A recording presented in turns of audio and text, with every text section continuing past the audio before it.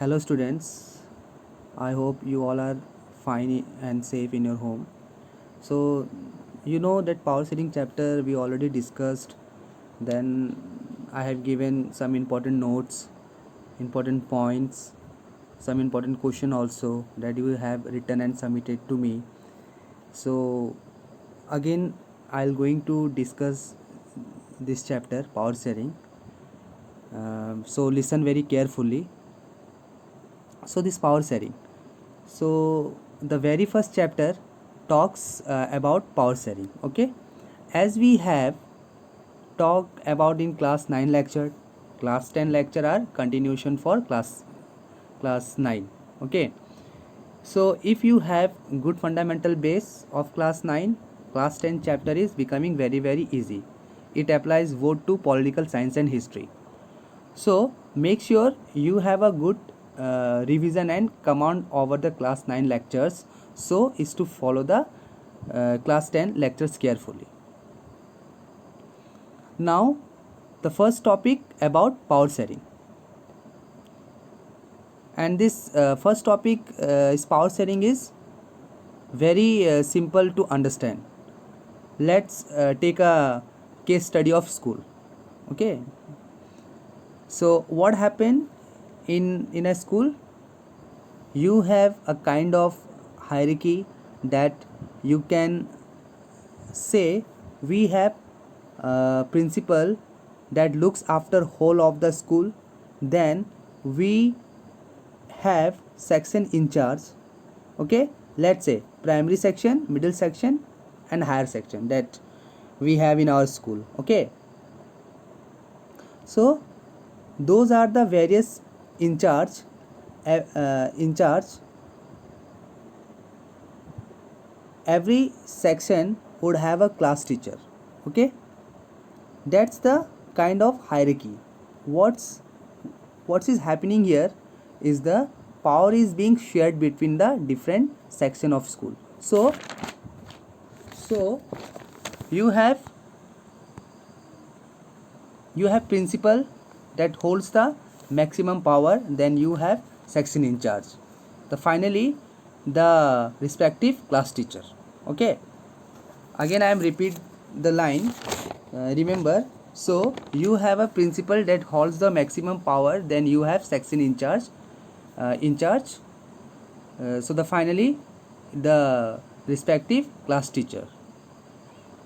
Similarly to this setup that occur in a school or another body that you might be familiar with, we have a power sharing occur in a national level.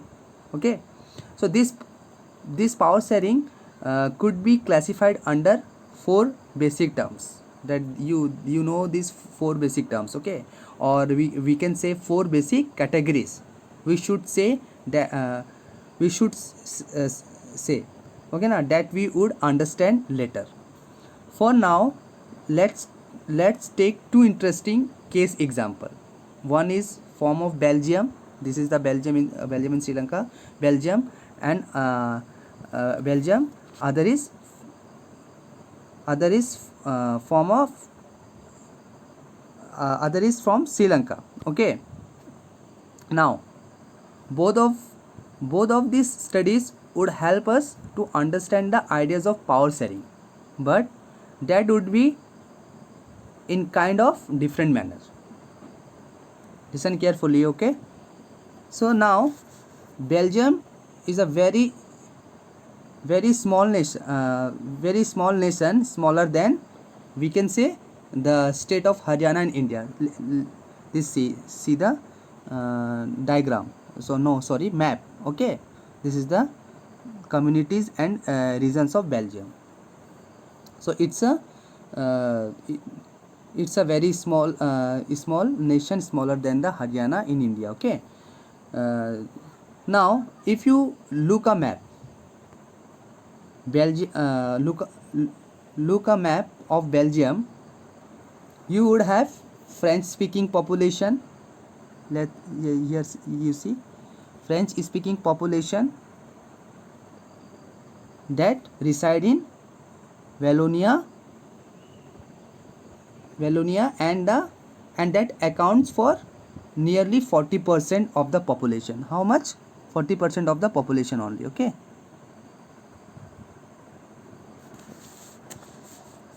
In contrast to that, you have a Dutch speaking population in Flemish area.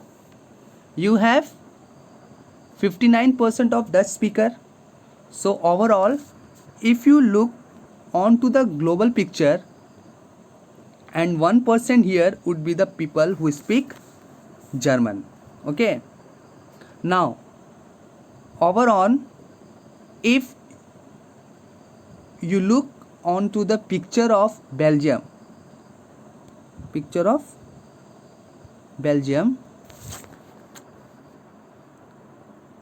okay, if you look onto the picture of Belgium, the predominant people are Dutch speaking, that you know only. Okay, Dutch speaking. But interesting contrast exists in the capital of Brussels. Now, what happened in capital of Brussels? You have only 20% of people who are Dutch speaking and 80% people who are French speaking. Okay.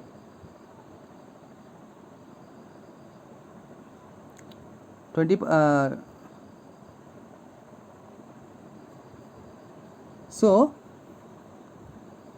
what happens? What happens within the country and within the capital? Within the country and within the capital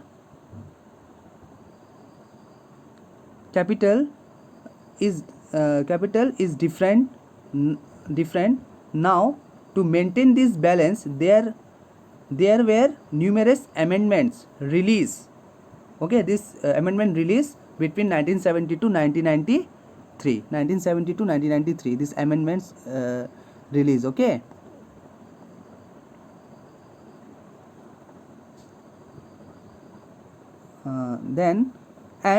These four basic amendments, the final declaration, we would say. Okay, these four basic amendments, we can say the final declarations. So that came out was that each and every speaking language should have an equal representation in the government. So that was the idea released in Belgium. Now, because of this Belgium prospered, we can say and as of now, Belgium is the headquarter for European Union. Okay.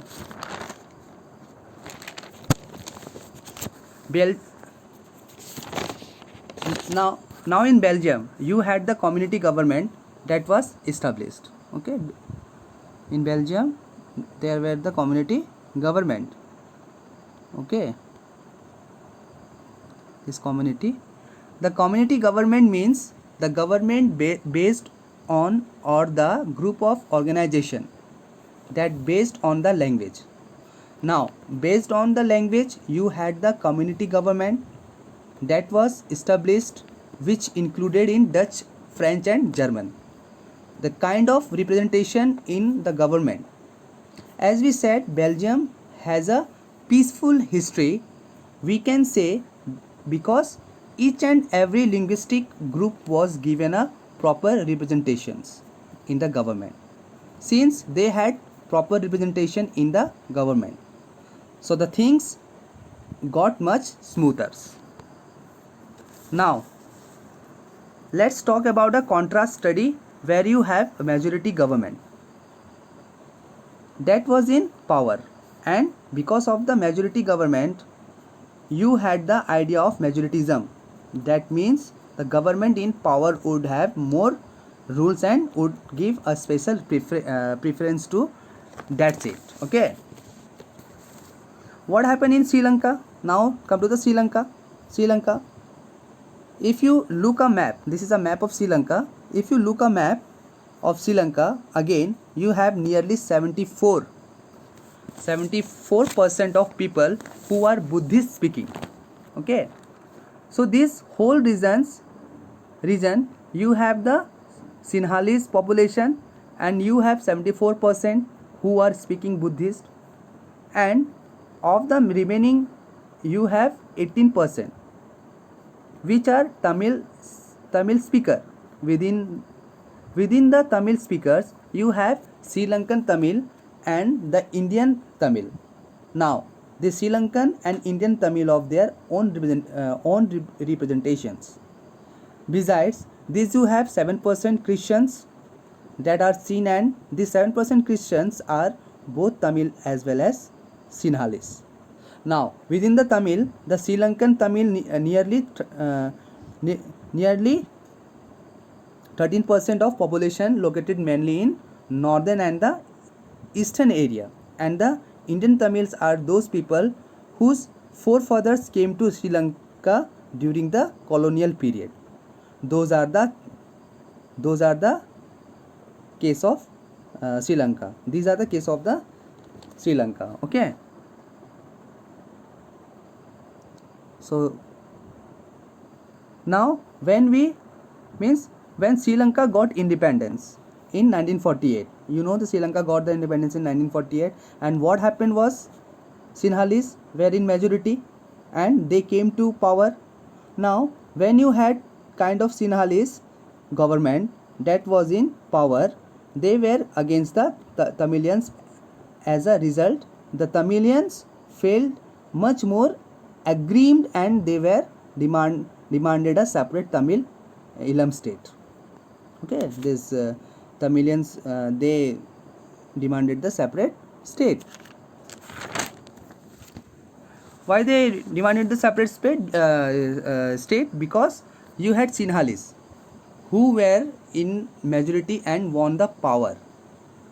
Okay, they declared certain educational institutions to have a special seats and reservation of Buddhist speaking people. They declared Buddhist as their official language. So there was a kind of huge preferential politics, we could say, that started to develop in Sri Lanka. So as we can see, the country of Belgium and Sri Lanka are witness the power sharing, but they had the different routes for power sharing in Belgium. It was more peaceful, more systematic, and a more kind of generalized we of the people, because as we saw at the national level you had Dutch as a majority, but at a capital Dutch were a minority. So this said that be at the national level and be at the city level, we would have a equal representation for both. All speakers are residing there. So finally, what happened? What happened was the people in capital city as well as the people in the country were happy. Okay.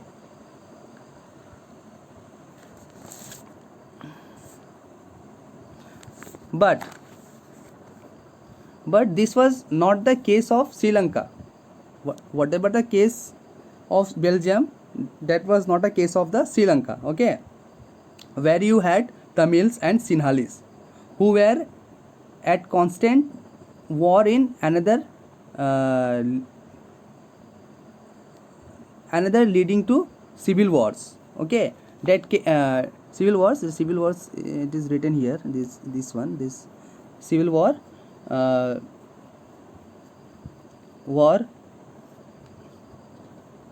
civil wars that came up, which led many of people to refugees, and finally it was setback for common people residing there.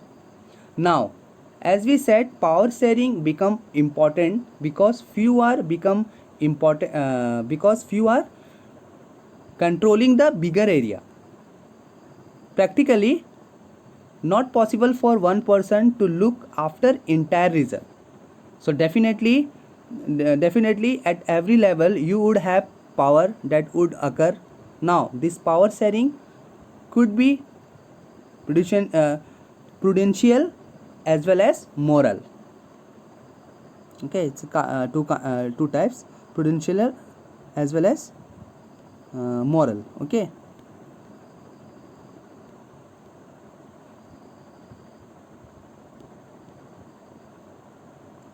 This one.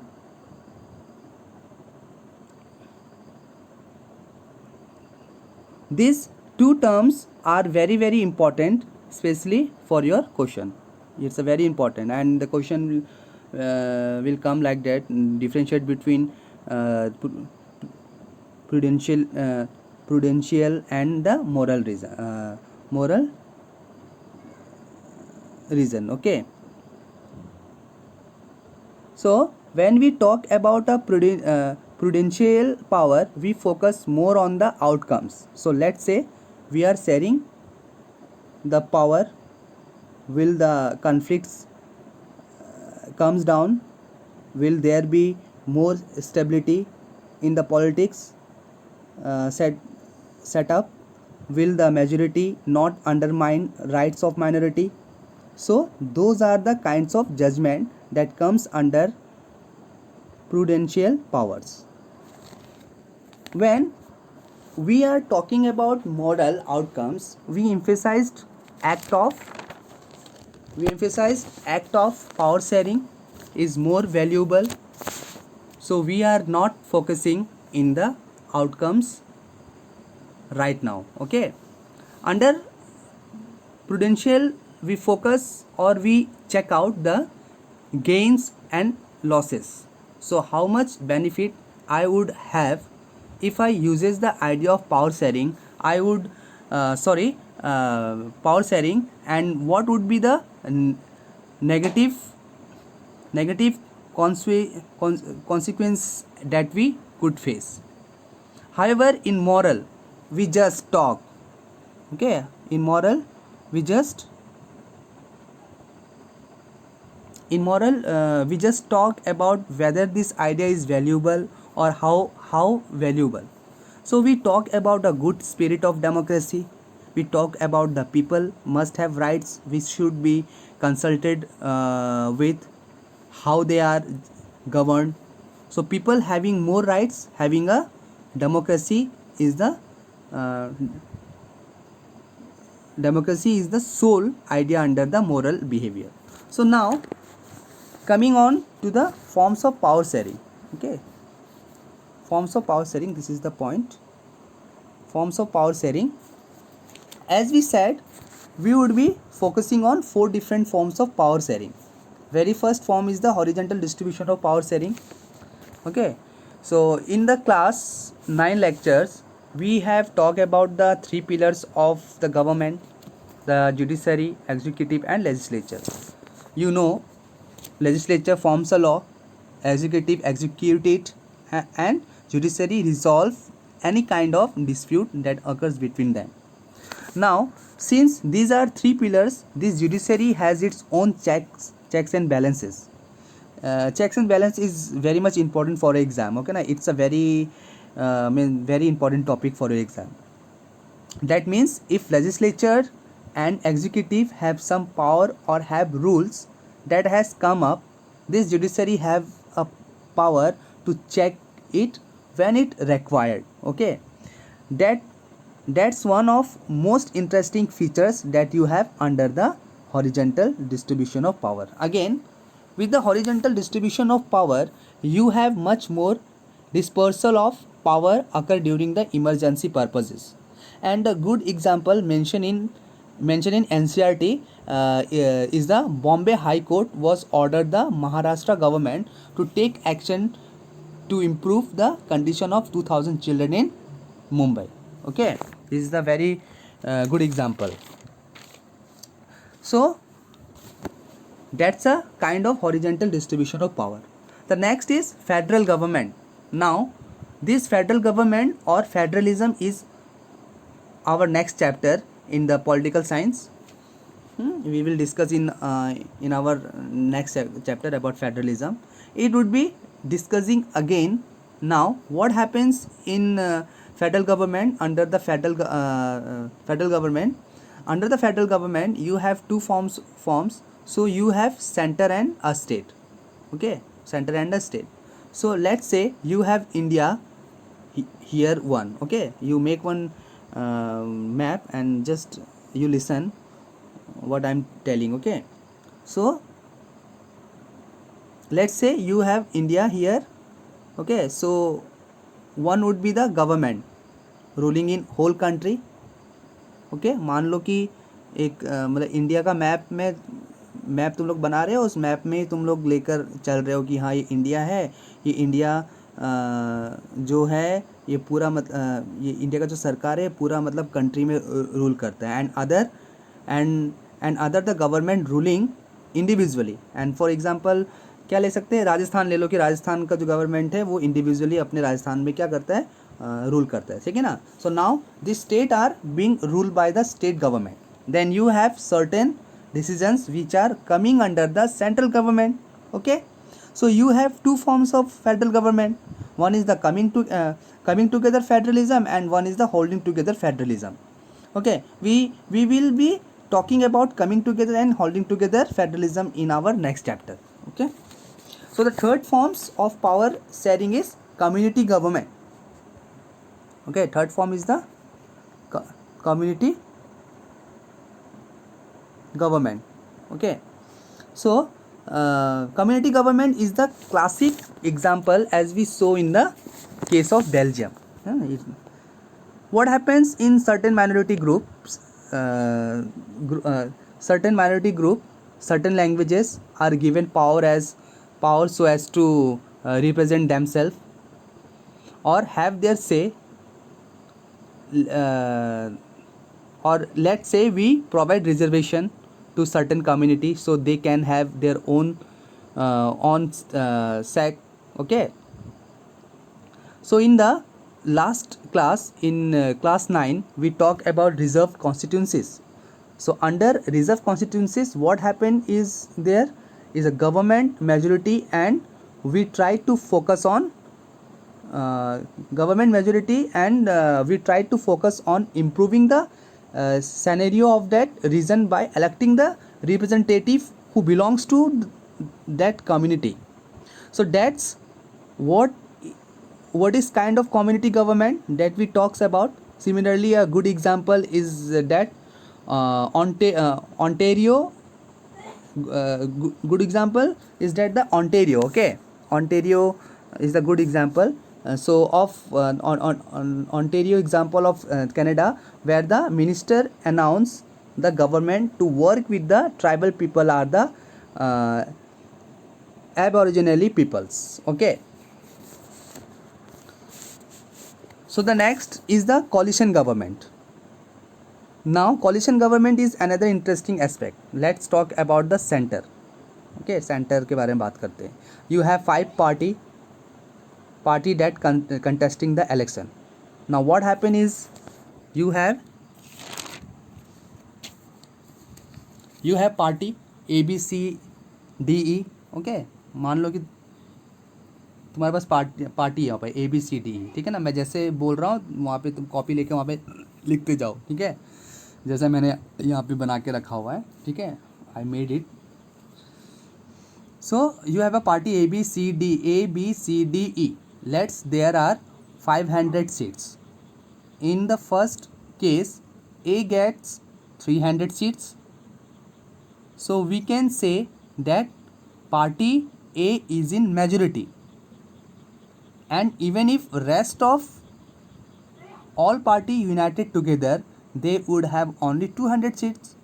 So they cannot have to stay in the government. And finally, party A is elected to power.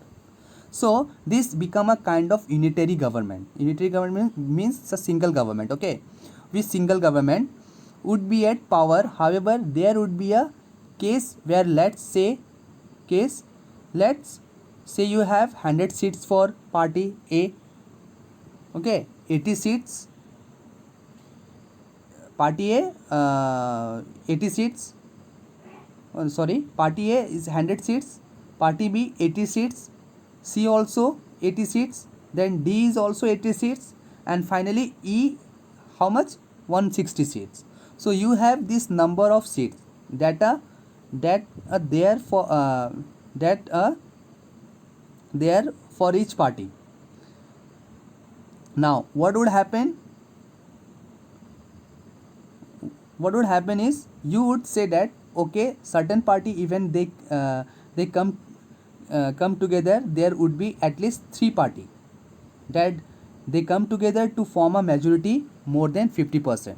So this party, let's say A B and C join together. मान लो कि A B C लोग ने मतलब join कर लिया, ठीक है, मतलब जो भी पार्टी है वो साथ होके आएंगे और उसमें A B C जो है वो एक साथ ज्वाइन होके अपना मतलब मेजोरिटी गवर्नमेंट बनाना चाहती है, ठीक है ना. And when we have more than two party that's come together to form a government, we call that a coalition government. Okay ना, उसको हम लोग कॉलिशन गवर्नमेंट कहते हैं. So this is a example of a coalition government. So in coalition government you have a example from Russia. You have the union of right forces and the liberal movement that united together to form a right wing of coalition. Coalition. Then you have a BP Singh government is a good example of coalition government. We did not have a witness a numerous coalition government in India. So four types of power sharing we have talked about. The horizontal power of distribution. We talk about the three pillars: legislature, executive, and judiciary. Then we have power sharing based on federal structure. So you have federal government, that power divided between center and state. Then we next come to cross the community government, and the last was the coalition governments. Okay, so this is the short description of your first chapter. If any questions, any doubts, please ask me. Thank you.